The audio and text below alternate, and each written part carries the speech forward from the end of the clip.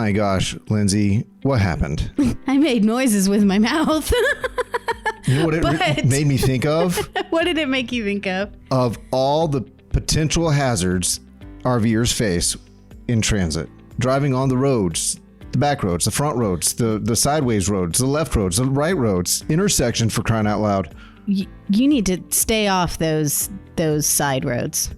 Okay. But you're right. There's so many things that can go wrong, cause accidents when you are towing. And honestly, we don't want to scare you. No. We just want to point some of them out and make sure that you're being super duper safe on the road because we love you.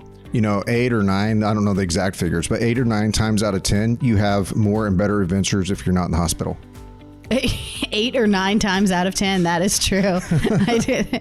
It's probably more like 9.5 times out of 10. Depending on what they give you. So let's talk about some safety on the road. It might not be the most fun, but we'll do the best we can to make it fun and keep you safe. Welcome to the RV Small Talk Podcast, where we talk about. Welcome to the RV Small Talk Podcast, where we talk about lightweight trailers, truck campers, the people, places, and adventures that go right along with them. We are your hosts from Princess Craft RV. I'm Clint. And I had coffee, so y'all better watch out. That's right. And you're most of the way through it. Yeah. It's from a not so local chain. With the windmill as a logo. Right. My coffee today is from Nespresso, and the froth is from the Nespresso frother-nator thing. So I don't think that's what they call it. Here's what happens. You guys, if you listen at all, you probably know that PJ and Clint are both a little obsessed with coffee. They like it different ways. Yeah, I actually don't like it, but I like not liking it, so I have to keep on experiencing it. You were insane. So we got a Nespresso machine specifically for our office. We are that bougie, and a personal frother. So now you can see PJ and Clint over there a couple times a day doing their little barista thing in the corner, and it's pretty adorable. Yeah. But PJ is not here during this podcast, so you're going to have to put up with us too, which is always fun. PJ keeps us in line, but right now she's doing businessy stuff. She is at... It's called the Dealer Open House. It's in Elkhart every year, and it's where the manufacturers want to roll out all the newest, latest, greatest designs or changes to their units so that dealers can get an idea of what they're ordering for the next season. Maybe it's just some updates to some floor plans that they've had, or maybe it's completely new designs with new technology. So it's a big deal for dealerships to go up to Elkhart and see just as much as they can see and maybe put in some orders for the coming year. And that means PJ is going to come back seeing everything new from all the manufacturers, have all the fun new stuff. So we are certainly going to do a podcast on the cool things that she sees up there and be looking out for that. It's always an exciting time. It's like an RV show, but for dealerships instead of customers. Yeah. We get to be the customers. Which in the economic schematic of things, that's actually how it really works, is that the end buyer is certainly a customer of the manufacturer, but before that, the dealerships are customers. The dealerships have to buy the units to sell the units in a way. It's not, that's a little oversimplified. There is some, flooring and charges and all that, but in an oversimplified way, the first customer of the manufacturer is the dealership, unless it's a direct to consumer model. Sorry. I'm Hi. Okay. Hi. Okay. So our topic today is just, and I'm going to admit, I looked at a few articles on this online, and they all pretty much say the same thing in different words. And I did like this one particular article from RV Geeks, and their slogan is RV like a pro. So I did print off this article from RV Geeks, and I do believe it is a worthwhile resource to check out. We'll put a link to RV Geeks website in the show notes. So you may see me flipping through to jog my memory a little bit because I looked at several. But anyways, how to avoid the most common RV accidents. Lindsay, what do you think are the most common RV accidents? Well, I did not read the article because you always need two personalities on a podcast, right? Like one that knows what they're talking about and the other one that just blabs. So I'm here to be the blabber, but Tret. sorry, maybe the next one we can switch. Sure. Okay. But I would think there's a lot of things, and I think that causes some anxiety for people who are new to towing. It definitely would give me some anxiety. So I know one thing that is very common in accidents is tired drivers. I think that, or I know that you want to go to your destination, right? Like you're so excited to go camping, you hitch up the trailer, you're ready to go. And the goal is to get there. I think it's honestly not even to make this a sexist thing, but a lot of times it's guys who have that like, we can do it. We can drive overnight. We like, I can There's do a badge of honor. There's like this manly thing to it, right? It is. And I think there is just, there's something, I guess, in the DNA code that this is kind of how we're a bit wired. We have to be trained otherwise. I can go further longer than my friend who did this last summer. That or you just lose sight of, I mean, you have a goal, very goal oriented. Your goal is to have the experience in the place, and you don't realize how great an experience it can be in between. Like there's micro experiences in between. Are you telling me that it's not about the destination, it's about the journey? It's about both. Is that what you're saying to me right now? I've never heard that before. Too much foam in my mustache. So yes, being well rested is a really important part of travel.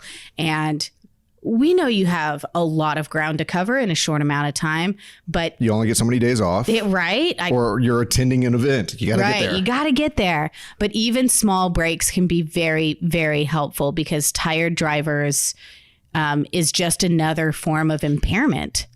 Absolutely. And this is one thing. You're not going to hear anything in our list that we're going through that is just RVers, I don't believe. I think you're going to find that, well, that's all drivers. Absolutely. But as an RVer, we got typically bigger or taller or longer or heavier or any mix of those items, things going on, all at the same time. And, tired drivers, you say it's a form of impairment. 100%. As much as an impairment as being over the legal limit.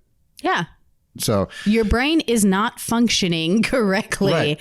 So yeah, you do have a responsibility. Obviously, you're carrying something heavy behind you, and a swerve in a Toyota Camry, I'm tired and I kind of did a little swerve is very different than a swerve when you're pulling a trailer behind you, because sometimes that can't be corrected. I don't think anything we're going to say today is shocking either. Like it's all kind of course, this is not safe. Yeah. But putting them in a list like this can kind of help you get through like, okay, am I doing this safely? Do you have any experiences of tired driving where you're like, oh, I just kind of came to my senses after a few miles and I remembered I was driving? Yeah. Yes. Yeah. It's terrifying. It's terrifying. And especially that feeling of when you do kind of shock awake or, jolt into your being, and then that actually gives you a little bit of adrenaline, and your first thought is, oh, that was really scary, but now I'm awake. Now I'm awake because I scared the crap out of myself. Don't do it. Yeah, that is actually your body telling you to stop. Quit. Yeah, absolutely. So, and this happens obviously to anyone driving anything, whether you're towing or not. I've definitely had this experience, and I think I'm finally, now that I'm, well established in my 40s, I'm finally getting wise enough to recognize it early. Instead of because I'll fully admit. I was about to say, you have some experience with tired driving. I've gone end over end in vehicles through guardrails. So do you remember the moment before that? Like, do you remember having a moment when you were like, I'm really tired, but I think I'm just going to push through? Yeah. Or having a moment where you said, I'm really tired, but I'm a dude. I can totally do this. I'm just going to keep going. I'm fine. I think as a young man, you frame a lot of things. I wouldn't say everything, but you frame a lot of things as this could be epic. If I can say I drove through the night, it's part of the story I'm writing about this protagonist in my life that is just so happens to be egotistically me. But the story definitely took a turn. Yeah. In your case, it did not work out well. Well, okay, so here's this is a big digression, but okay, so I was in college. And I was at school in San Marcos, Texas. My home was in Victoria, Texas, but I was going to do a summer Spanish immersion study class, whatever, in Central Mexico. You know Spanish? I knew more Spanish then than I know now. Oh, okay. It's definitely a use it or lose it thing. But I had to get out of my dorm room, and the last day that I could get out of the dorm room and then get home with all my stuff and then be at the airport at some ungodly hour in the morning in Houston the next day. So I got home, I did my laundry, I repacked for the trip, and then I went to the bus station in Victoria to ride to Houston.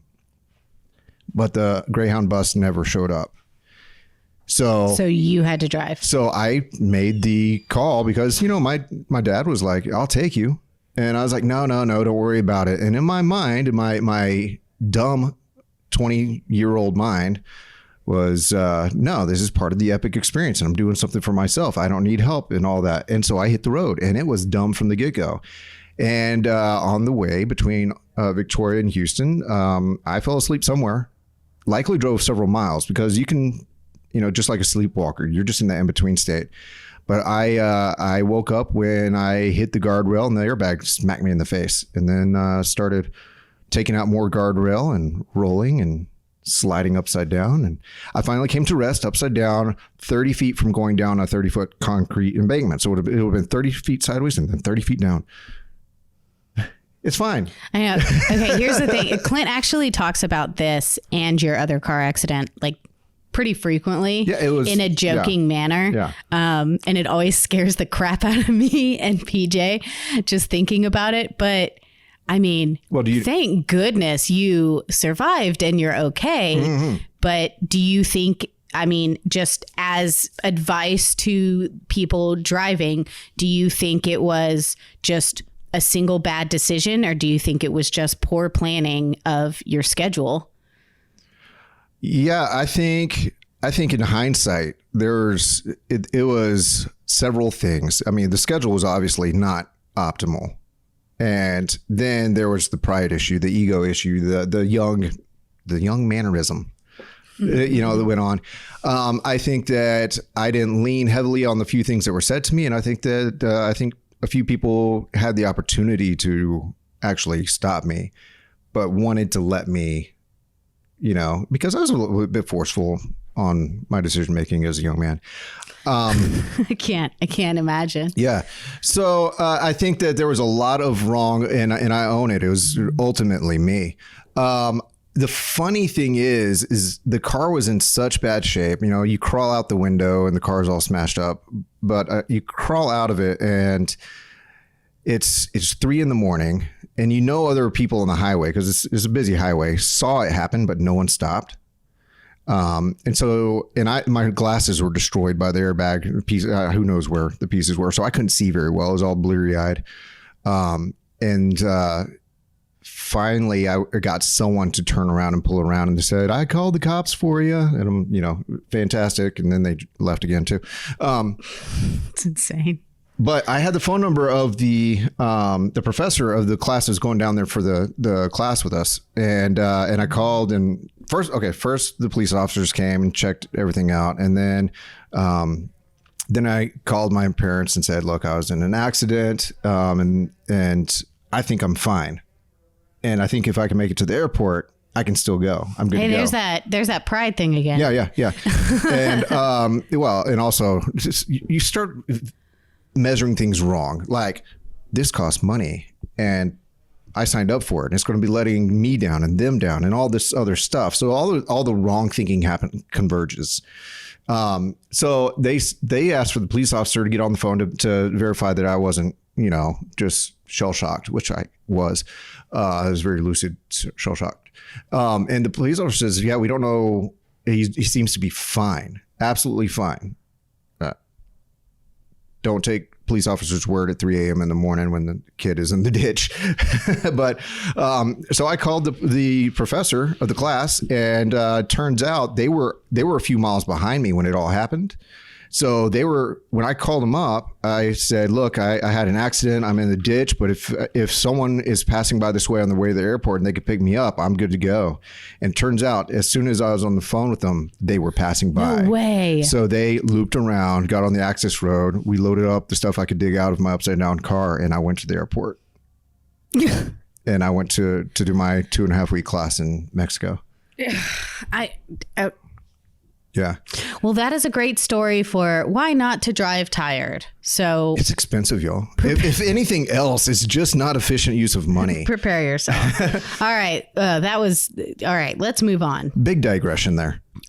Wind gusts, high wind. Oh, this one gets me. This one gets me so nervous.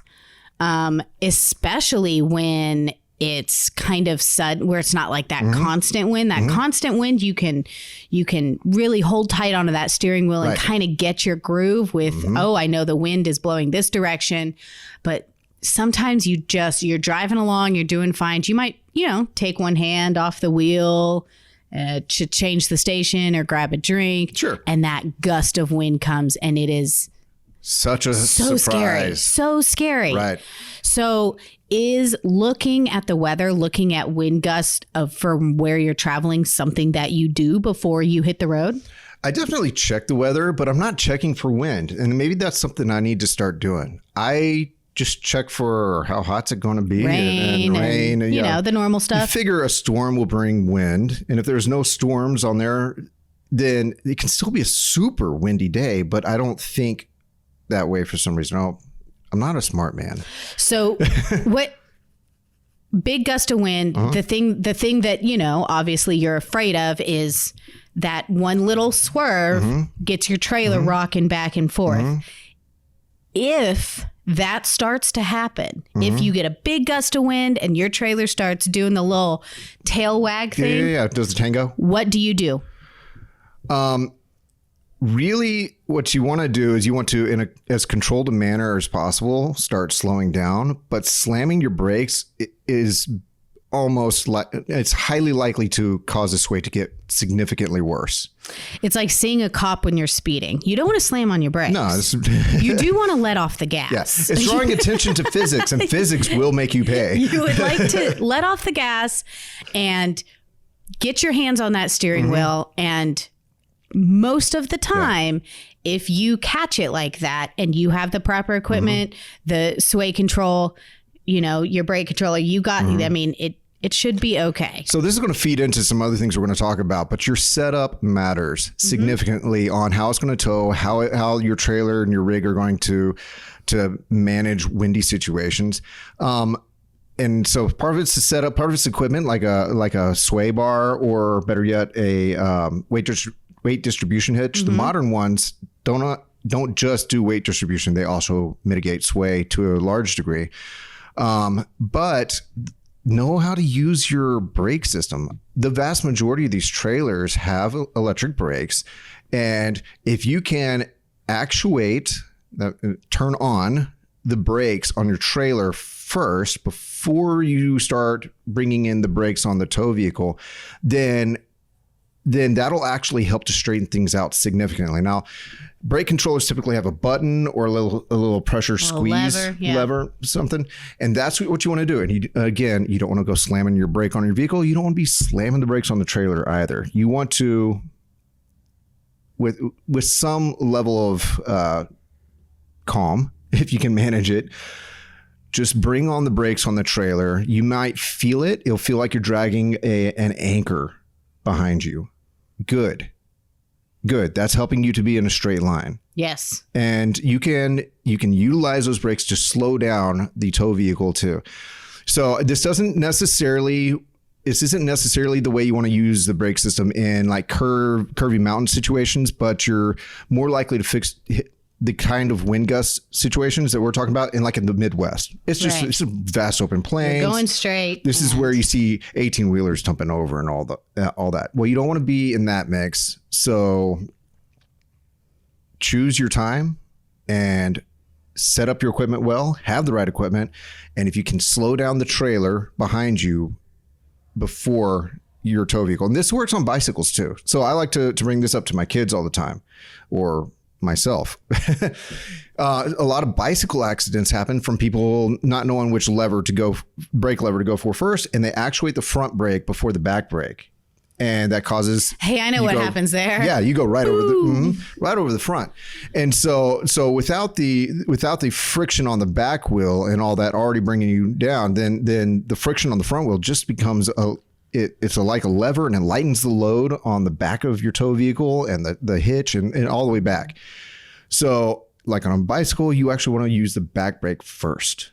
Well, in a high wind situation, use the furthest back brakes first if trailer you can. brakes, yeah.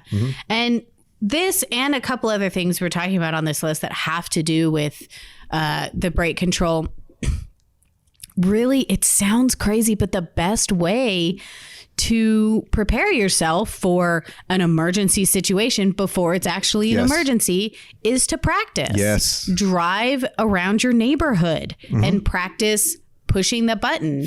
Know what it feels like. Yeah, to push it hard or to push it a little bit, or to, how fast it works and how it feels, because that's the same thing you do. I mean, you practice stop, drop, and roll when you're a kid, right? Yeah. You practice the situation before it's an emergency.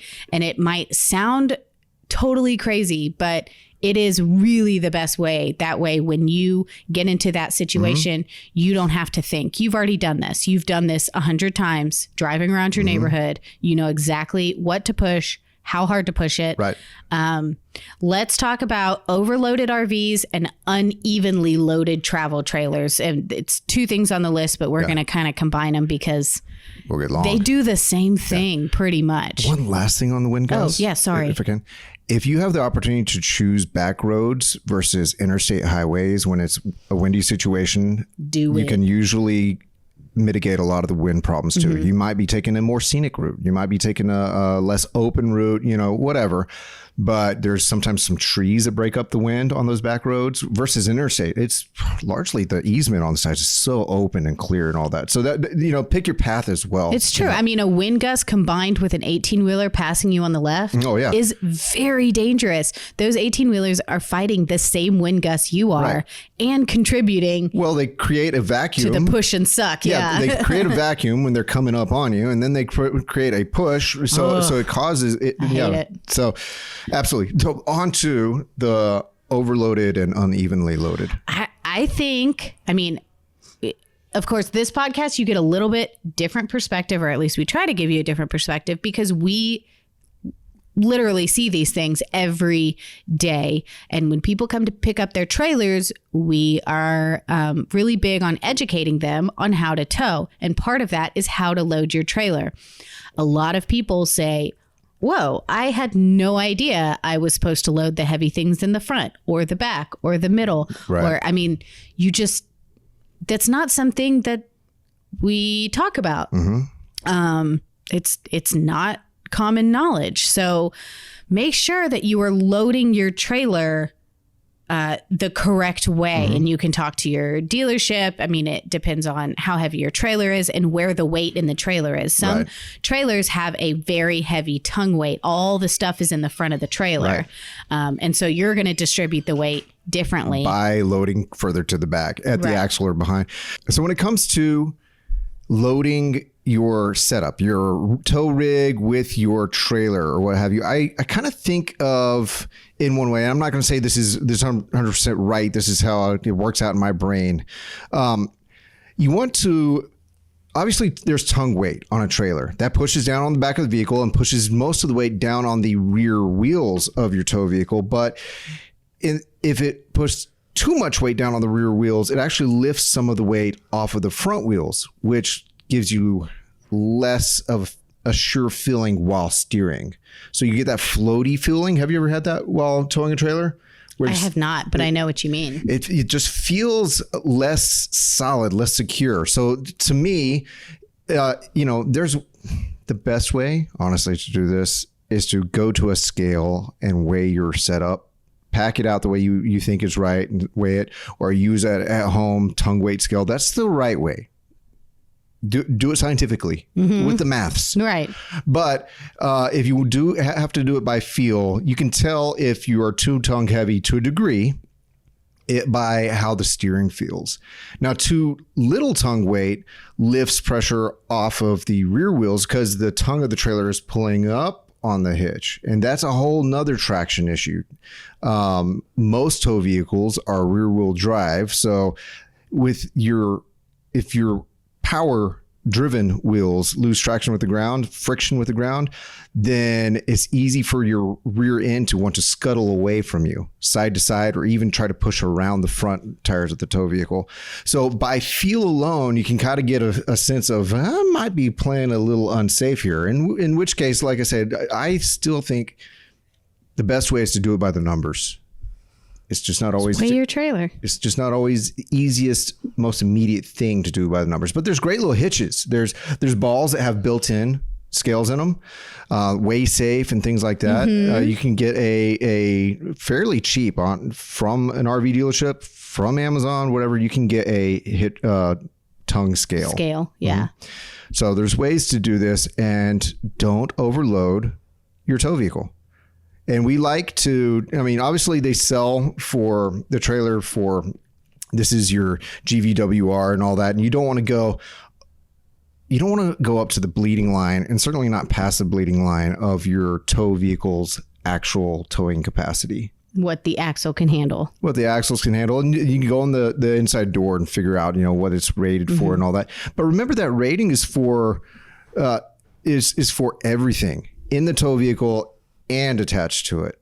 So if you're adding sandwiches, they weigh something. Heavy subs. That's right. If you go to 7-Eleven and get yourself a super duper gulp, that weighs something. if you're used to driving around with your puppy, with your dog, your favorite dog, and suddenly there's a bunch of puppies, each one of those puppies. All right. And their food. We're moving on. Oh, okay. We're moving on to speed. Duh, right? Don't speed. It's dangerous. Yeah. But this is what causes so many majority of the crashes, because you're going too fast. And the thing is, when you're going too fast and one of these things happens, a wind gust, you not being loaded correctly weight wise, a blowout, speed is going to make it go from a kind of crappy situation to a deadly one real quick. Yeah. Watch your speed. It's kind of goes back to the tired thing. We know that you want to get there. We know that you have this urgency to start the vacation. Yeah. And there's even a kind of roadway social pressure. Oh, totally. Especially when you see somebody else towing something that passes you and you're like, oh, well, in that case, pedal to the metal. There's ego involved, and I don't want the people behind me to be mad at me and stuff like that. I just feel like none of that is really worth the danger of speeding. Don't speed. Yeah. Inexperienced drivers. All right. Okay. All right, here's the thing. Yeah. You do your take first. How do you be an experienced driver without driving inexperiencedly? And therein lies, you got to look at it as a process. And the process is, when you're early in your towing game, work on fundamentals, just like anything else. It's skill building. It's getting acquainted. You remember when you learned how to drive? Pretend like that again. Yeah. Be cautious. Take it slower. Choose your time to practice. Choose your places to practice. But do practice. Don't go out there like I've been driving for 10, 15, 20 years. I know what I'm doing. It's just I'm attaching something to the rear of my vehicle and I'm going to drive normally. It's a very different setup from a physics standpoint, If And from a visibility standpoint. How many people do you know that we hear every day here who say, oh, the first thing I'm doing is going to an empty parking lot and practicing? Or, do you have any classes on how to tow? I mean, practice. Right. And we want to strike a balance saying, you got this, you can do this. Absolutely. Look at all the people who do this every day. You're one of them. You just don't know it yet. But we want to strike a balance between that. You can do this and you got this, and spend the time. Do the homework. See, we could do a whole podcast about like the psychology of, we see it every day here, guys. I'm not kidding. Every single day, the psychology of fear when it comes to towing, and like how that fear really helps people become a good driver because they're cautious and they plan and they're focused. But that fear can also hold you back. Well, I don't want to go there because I don't know how to drive in the mountains. I don't want to go too far from my house, or I only do pull through sites because I'm scared of backing up. So the psychology of like, are you going to let fear get you prepared, or are you going to let fear keep you from doing things? Well, yeah, you're right. That is a balance, because we want you to be safe, and we want you to go do the dang thing, right? We've seen it a few times where a customer has finally got themselves over the edge. I'm going to do this. They've hyped themselves up to the point and through the point of purchase, which is not the dealership's. The dealership hasn't done anything wrong. We're with you. We want this for you. We want these experiences and this travel and this freedom for you and all that. And if you finally brought yourself to that place, then awesome. Let's help you get in the right trailer. And then we hear a year later that it's just been sitting in their driveway because they lost their hype. Too scared. They're too scared to drive around through traffic just to get out of town. They're too scared to back it. And they've lost all that hype and confidence. So I think that if you are one who has to overly hype yourself up, I'm going to do this, I'm going to be a whole new person to take on this experience, you might need to take account of that and say, maybe before I buy the expensive thing, I need to find a community that does this. And there's so many. That's the thing about inexperienced drivers is at some point, I mean, this might sound really mean, but at some point you have no excuse, right? Like you have no excuse to not do it, because everybody was inexperienced at some point. Yep. Nobody just did this the first time and said, oh, I'm a pro, bring on the high winds. Like nobody. And my favorite thing to tell customers, especially, we get a lot of women in here who are going camping by themselves, and that is what they're afraid of. They're afraid of towing, the unknowns, the high winds. What if it rains? Is it loaded well? And what I like to tell them is, you didn't know how to drive at one point. Right. You did not know how to push the gas pedal and turn the wheel. But now, I bet you anything, you do it without even thinking, right? You'll go for miles without even realizing, oh, like this is how you drive. Some of you do it in your sleep, but don't do that. And towing it really is the same thing. Driving to me was terrifying when I learned how to drive. I mean, she's got like a medical issue. She gets nauseous thinking about driving. It's true, I do. It was terrifying. And now I do it without thinking about it. Towing is the exact same thing, which goes into distracted drivers, which is another terrible thing. So, oh man, when I was learning how to drive, my parents got me my first car. Okay, here's the thing. They got to pick it out, but I had to pay for it, which I thought was totally unfair when I was a kid. And now I'm like, that was really smart. It's kind of the way it was for me as well. That was really smart. So I had a Volvo S40, I think. It was red. Yeah. It's super safe car. Wow, they went for the safest thing they could find. Because they know me. They know me, man. But I remember my mom like taking me out and being like, here's your car, and then telling me that her favorite thing about the car was it had a 10-disc CD changer. So you didn't have to deal with discs. And it was in the trunk. Yeah. Which I had never heard of since. And I've never heard of, since or those before were the that. thing, though. And I remember being furious at my mother. Are you serious? I have to pull into a parking lot and park my car if I don't want to listen to, if I want to change the CDs. Like how inconvenient. I am a music person. Okay. I need a selection of more than 10, right? I don't know what I'm going to be in the mood for. So I just remember being furious, and I had that car for years, and I had to pull over if none of those CDs were what I wanted to listen to. And no one told you that you could change out the stereo deck, the receiver? Like I had money for that. I was paying for this dang Volvo. So point is, she was so excited because that meant I could not look through and change my CDs while I was driving, which for all of you youngins listen to this podcast, which I'm sure there are none, is totally a thing when we would flip through our CDs while we were driving, our CD books. I remember that it was a thing when I was in high school and college that cars would get broken into for the CDs. The When your CDs got stolen, it was heartbreaking. Yeah. It was really a blow.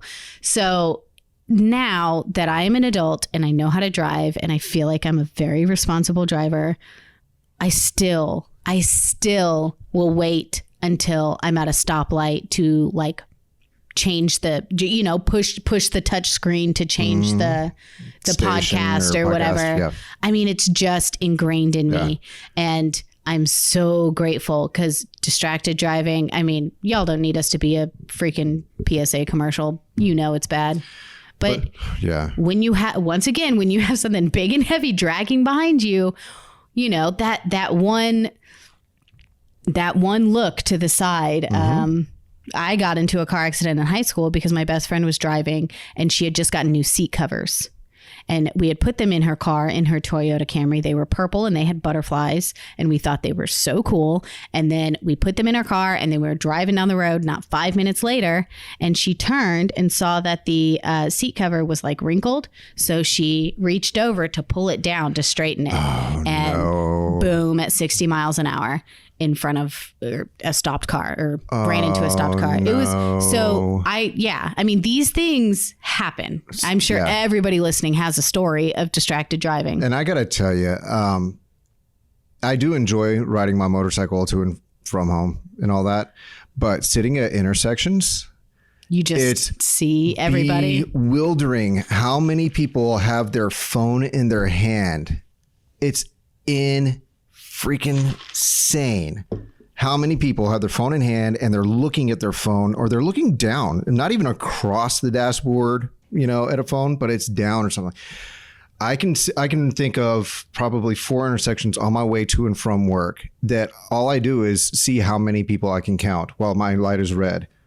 And it's obnoxious and terrifying. It is terrifying because it's so normal. Yeah. Like, it's like, that's just what we do. And you know what I think is funny is these cars that now have like, I can literally talk to my car and say, text Clint, I'm going to be 5 minutes late for work. But you know what? I still have to look over at my screen, push the little microphone button, and then I have to talk to it. And then it's going to read it back to me. And then I have to push a button to confirm to send it. Yeah. So that's still pretty dang distracting if you ask me. And if you think about it, it's actually task switching from focus driving to dealing with a text or music or podcast or whatever, and task switching back. It's actually 2 different tasks. And now you're a little bit automated in the driving respect, but your attention is not. Your attention is not automated. So you not only have the time it takes to do the thing, there's a little bit of a lag between switching to that other task and switching back. I feel like as a society, we feel like we're so good at this. We feel like we're so good at multitasking and we're so good at task switching because that's the way our world is and everything's fast now. And we've held it up as this virtuous thing is to be good at multitasking. Look how many things I can do. But the fact is we're inefficient. Well, we still have human brains and human brains operate in a certain way. Right. So anyway, I feel like we're getting super preachy here, but preach, sister.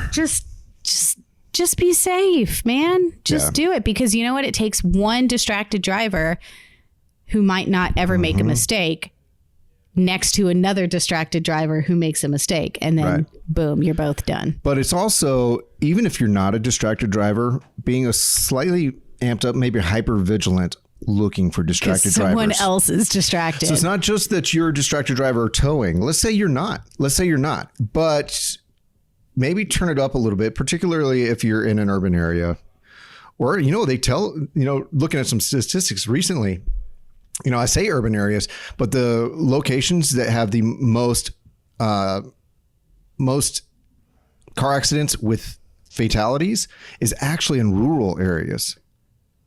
And it's often because it's non-signalized or unmarked intersections and the speeds, and people aren't used to traffic coming through and all that. So every now and then it just catches up. And so let's say you're in a rural area. Say rural again. Say you're in a rural area. And I mean, distraction happens out there too. And it may be a phone because everyone's connected now. And it may be a coyote. I was about to say a cow. A roadrunner. Moo. Tweety bird. What else can get me in to a wreck? Things you don't see. I'm blind. And your blind spot. Man. Sometimes I forget that blind spots are a thing. And then I have one of those near thingies and I'm merges. Oh yeah. People coming off of a highway onto a feeder road or something like that. And you just don't know that they're there. They're not there and then they're there. They're not there and then they're there. Yeah. So they have those extended tow mirrors, which are really awesome. It is not going to eliminate the problem. You still have to pay attention, but it makes it so much easier when you have a trailer to, catch that blind spot. Don't rely on technology, not just yet. Turn the beep, beep, beep, beep, beep, your head. And I've run into this several times with maybe the older generation that preceded me, where I'm seeing a bunch of vehicles on their tailing passenger side corner. People are so immediately just relying on their reverse screen, the reverse camera, that they are no longer physically looking over their shoulder. And those reverse cameras they're great, but they just don't show you everything. Well, I have to look behind me because I can't look at the reverse camera because it makes me nauseous. Yeah. See, you're built in more safe that way. I'm built in safe. And there's two blind spots. There's the physical blind spot of what you cannot see or see well in your mirrors. And then there's literally a spot in your eye where your ocular nerve attaches to the back of your eye that is a literal blind spot. Really? Yeah, absolutely. So in your eye, you actually have a blind spot that is decreased, if not completely obstructed. It just doesn't resonate with your brain. So if you're glancing quickly, something like a motorcycle will be right there. Yeah. So take a pronounced turn of the head and maybe look over your shoulders and spend a little bit more time. Maybe do the owl thing. When you're using your mirrors, do the owl thing and move your head around. Oh my gosh, if y'all are not watching this podcast on YouTube, you're missing Clint's weird ass head movements. What do you do? Stop doing that. I'm owling. I'm owling out. That's right. I'm Clinton Owlin Sandberg. Oh, Lord. No, Clinton Allen Sandberg, not Lord. Miscalculated turns and stops. You cannot treat your tow vehicle like it's not towing. If you are used to driving your truck around without it being loaded up and you're going to hit a corner at the same speed, no, you're not. No, you're not. It's not going to respond the same way. Don't do it. And the trailer follows a shorter path around a corner than your tow vehicle, which is why you see big 18-wheelers say makes wide right turns. It's because they have to allow for the shorter turn radius, smaller turn radius. How come it doesn't say makes wide turns? How come it's only right turns? It's more pronounced over because if you're in the U.S. and many places, a right turn is a sharper corner. So why? Well, stand at an intersection. Oh, because you're not going out to get on the other side of the lane. The trailer is going left. The trailer still is taking a shorter path, but it's not as pronounced as, the hop and the curb thing isn't going to happen. That is so funny because I honestly have always wondered that, but I never wanted to ask anybody because I thought it was a really stupid question. I didn't want anybody to know I didn't know, but I decided right here in this microphone is when I would so we can all get over this with you. And that makes so much sense. I don't know why I didn't think about it. But back to the physics of it. You're not the same vehicle when you're hitched up to something or you're burdened or loaded down or there's tongue weight or there's mass behind you that can push you through an intersection. So you cannot think the same way. You have to spend time with your setup and get used to this whole new thing. Consider it a completely different vehicle, even if it looks and smells the same. It's a different vehicle.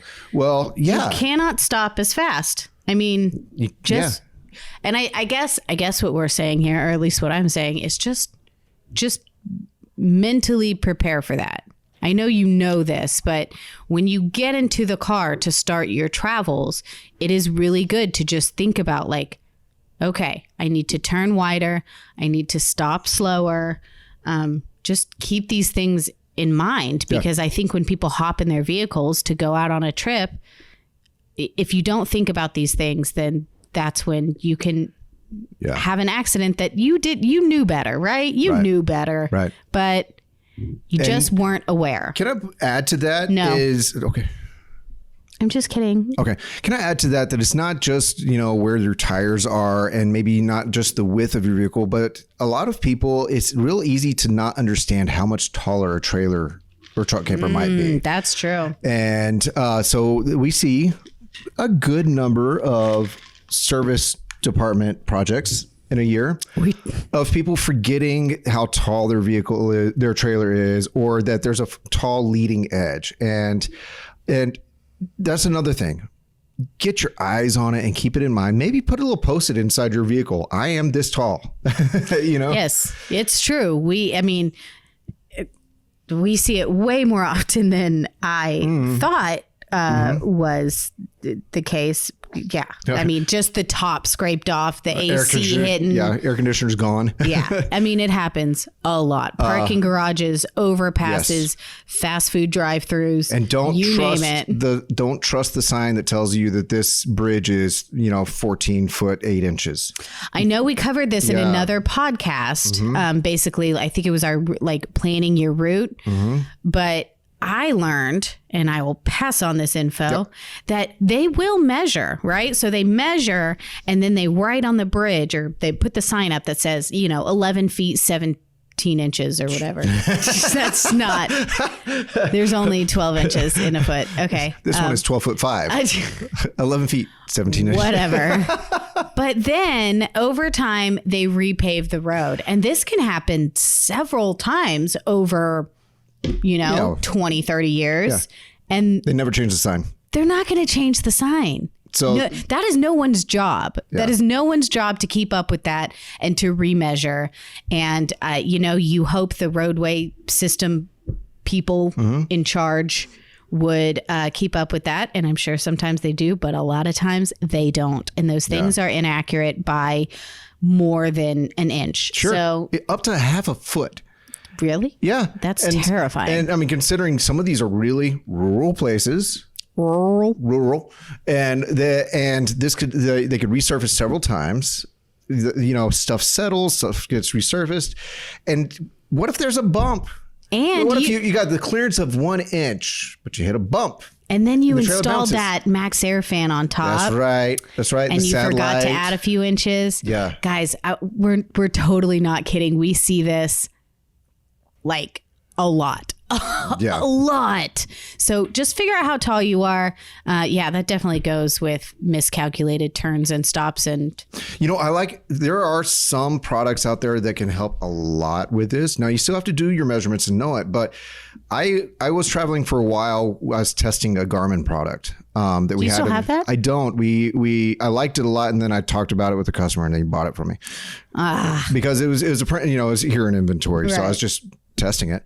It was one of the Garmin GPS units. It was actually their overland unit, and the thing was amazing. I know we all have GPS on our phones, and yes, by and large, 98% of the time it does everything we need.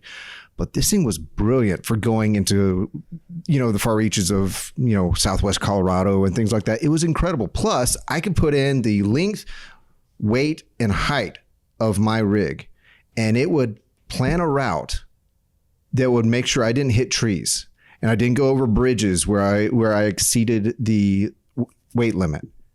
And it was incredible using this technology. So there are products like the Garmin products, and there are some other ones. I think TomToms and other have a few units that you can put in your RV specs, and it'll help you to do your trip planning and help you to navigate safely. There you go. Make it easy on yourself. Yeah. All right. We have one more. It's obviously obvious. Don't drive impaired. And I don't think that most of our listeners, I feel like most of our listeners get the baseline of the alcohol and other things like that.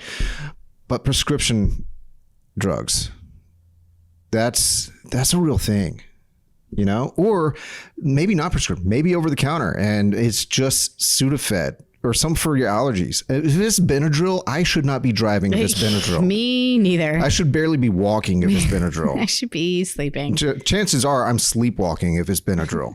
But these small things that you might not think about can be the difference between reaction time if something happens, or even just being prepared, that thinking, okay, I have something behind me. I need to stop slower. I need to turn wider.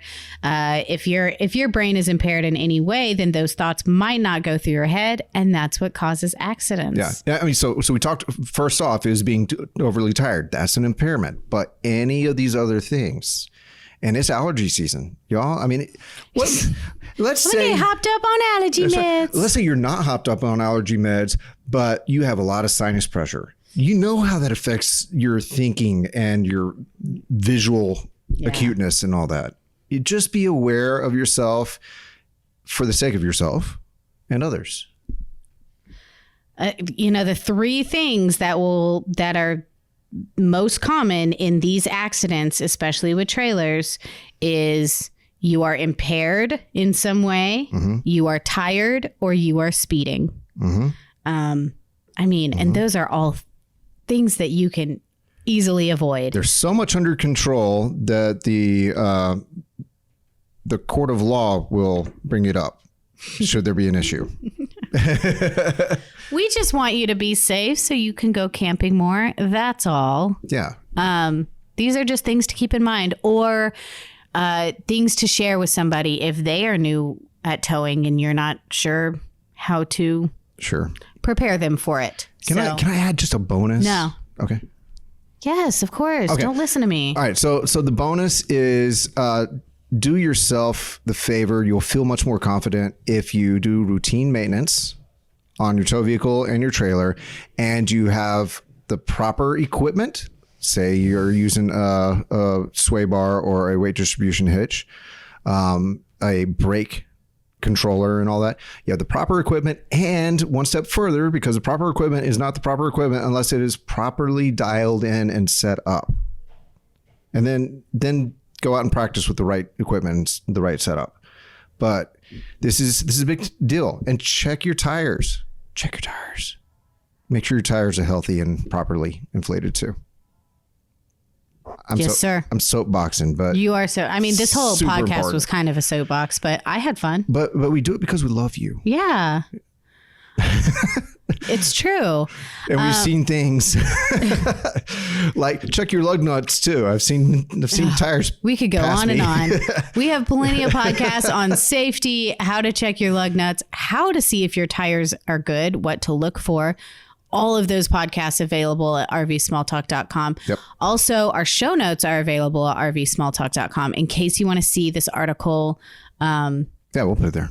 And make a list of your own, a list to check before you leave. It's like, what do you call it? Wallet, keys, phone. This is like am I tired? Am I hungry? Am I drunk?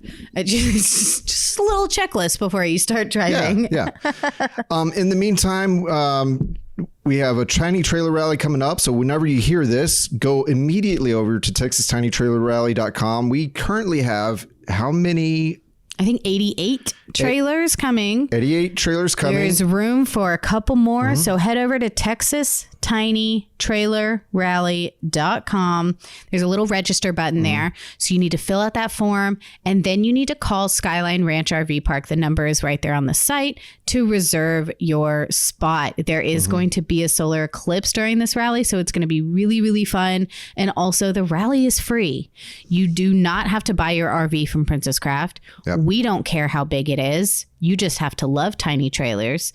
And it's free. All you do is pay for your reservation at the camp. Right. We're going to have some classes for beginners. We're going to have some live music. We're going to have some dancing. We're going to have some lots of food. Okay. Lots of food. It's going to be really fun. That is October 11th through 15th at Skyline Ranch RV Park in Bandera. And if you can't make this one, we have another one in the spring. And it is actually a week after the big full solar eclipse.